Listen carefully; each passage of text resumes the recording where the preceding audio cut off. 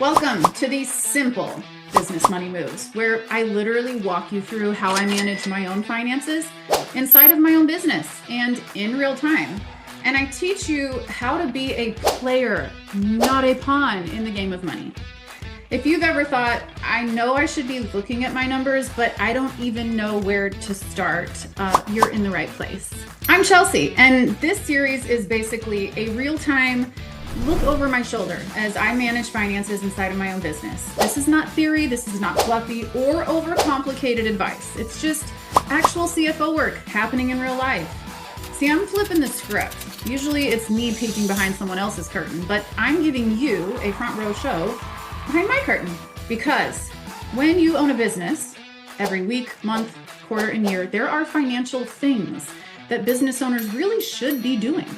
But most people either don't understand it, they avoid it, or they feel completely overwhelmed trying to figure out where to even start because nobody taught them. So honestly, I get it. I know I am a nerd and not everybody nerds out the way we numbers people do.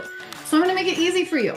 Look, nobody starts a company to stare at spreadsheets and reconcile transactions at 10 p.m. while questioning every life decision that led them here. But here's the truth. You cannot build financial freedom from a place of financial avoidance. So I'm going to show you in a very real life way, not a jargony lecture on things that may or may not apply to you. Real life, what I do. And the goal is simple. I want you to leave every episode with a clear action plan for your own business and just one thing that you can start doing. We're not looking for overnight do everything. We're not looking for perfection. This does not need to be fancy. Just clear and one step at a time. Because most businesses don't have a revenue problem. More revenue is not the answer to their problems. What they have is a visibility and a systems problem. So grab your coffee, open your numbers, and let's do CFO work together.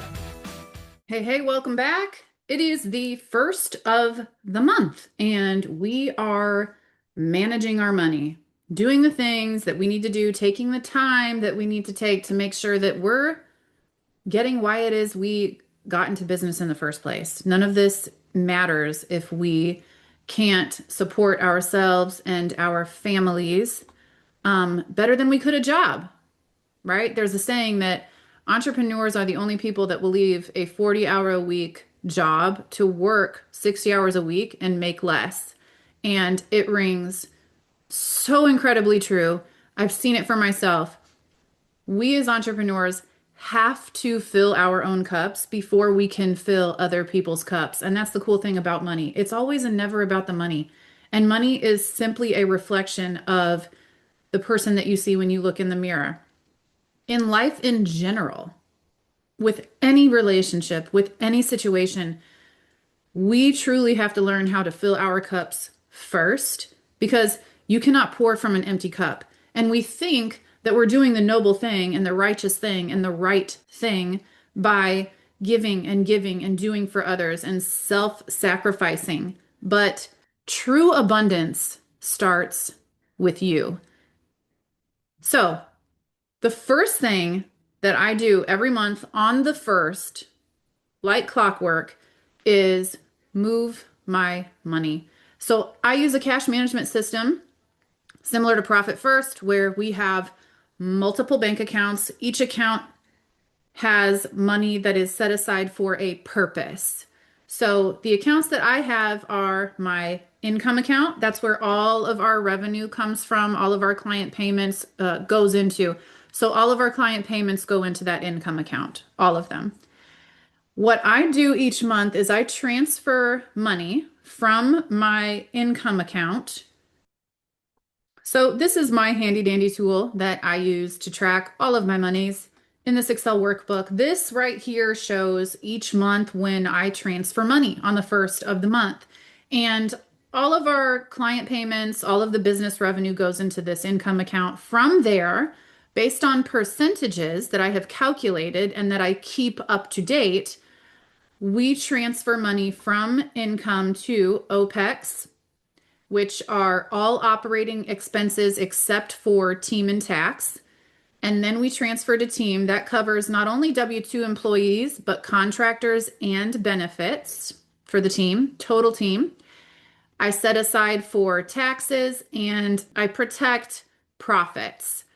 Now, I keep up with a budget and forecast for my company, and I keep track of everything. I'm projecting revenue, we're setting goals, I'm controlling expenses, we're creating budgets.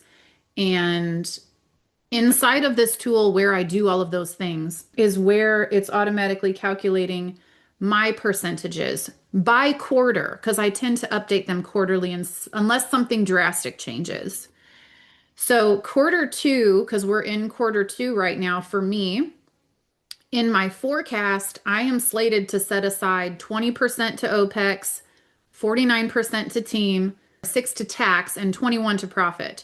But as you can see down here, I'm putting more into OPEX and team than I should have to create some space, because sometimes expenses come up that we didn't put in the budget, and that's kind of the nature of business. And it's not a surprise if you know that it happens. So we can plan for it.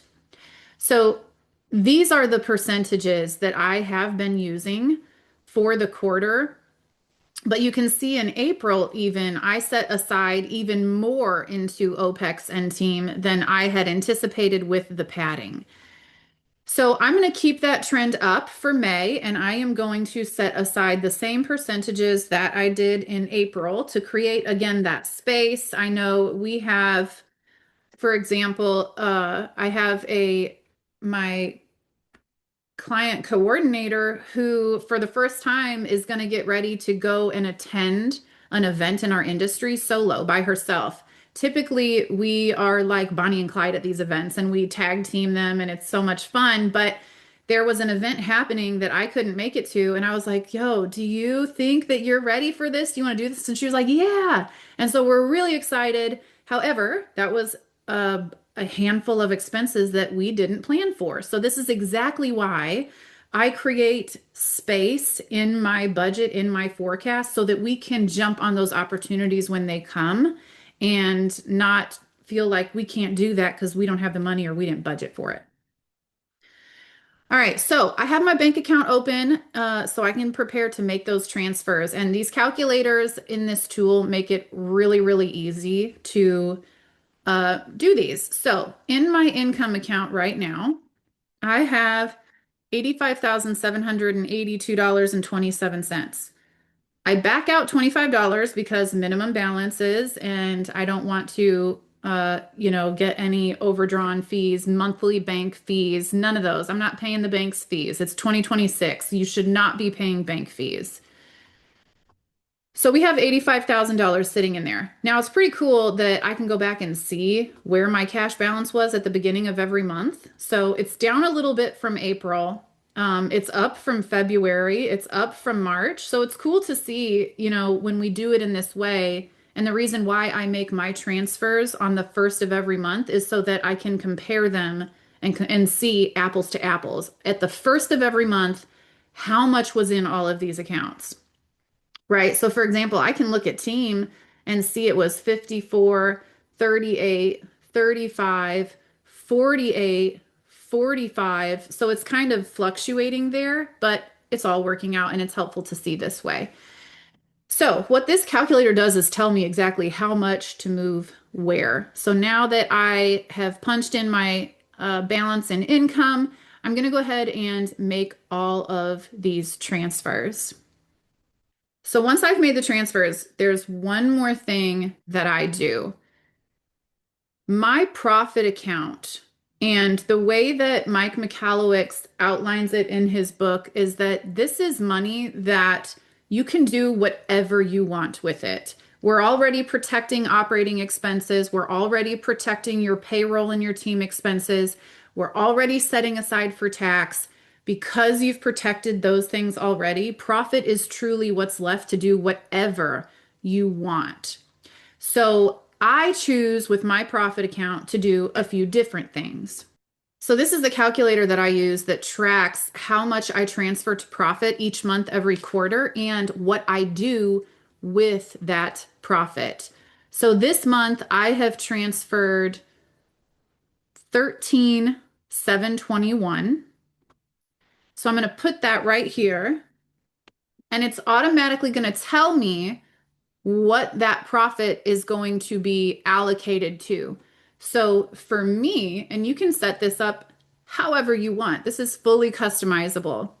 I move 60% of our profit every month over into a personal HYSA bank account because I am earning 3.5 to 4% interest over there. So I still see that money, even though it's in a personal HYSA, I still see that money as business money. There's, that's like the emergency fund. And yes, I will use it for personal items if something comes up, but it kind of sits over there and grows. So I put 60% over to a personal HYSA and let it just be that peace of mind fund. I give 30% of our monthly profits to my team by way of monthly profit sharing bonuses. And I'll go over that in this video series, exactly how I do that and how I figure it out. 5% I set aside for my team's end of year bonuses, and then 5% I leave in this business bank account just as, again, that security blanket in case I need something right away and I can't wait to move it over from HYSA. Just another layer of peace of mind for me. So now what I will do is transfer this amount into my personal HYSA, and everything else stays in this account until the quarter closes out. Once the quarter closes out, I will be able to see how much I can issue in team bonuses. And this is quarter two, so I just need to update my description here. And that is what I do at the first of every month as part of my cash management in my company. All right, guys, that's it for today's money session. My hope is that these videos help make business finance feel less intimidating and a lot more actionable. Remember, you do not need to be good at math. You do not need to become an accountant to be financially powerful. You just need a system, visibility, and the willingness to stop avoiding the numbers. And listen, the goal isn't to do this perfectly. The goal is to understand your business enough to make better decisions with confidence. So if this helped you, make sure you subscribe, share this with another business owner who might need it, and drop a comment with all of your questions and the topics that you want me to cover next. When it comes to money and finance, there truly is no stupid or silly question. Nobody taught you. Now, go look at your numbers, and I'll see you in the next one.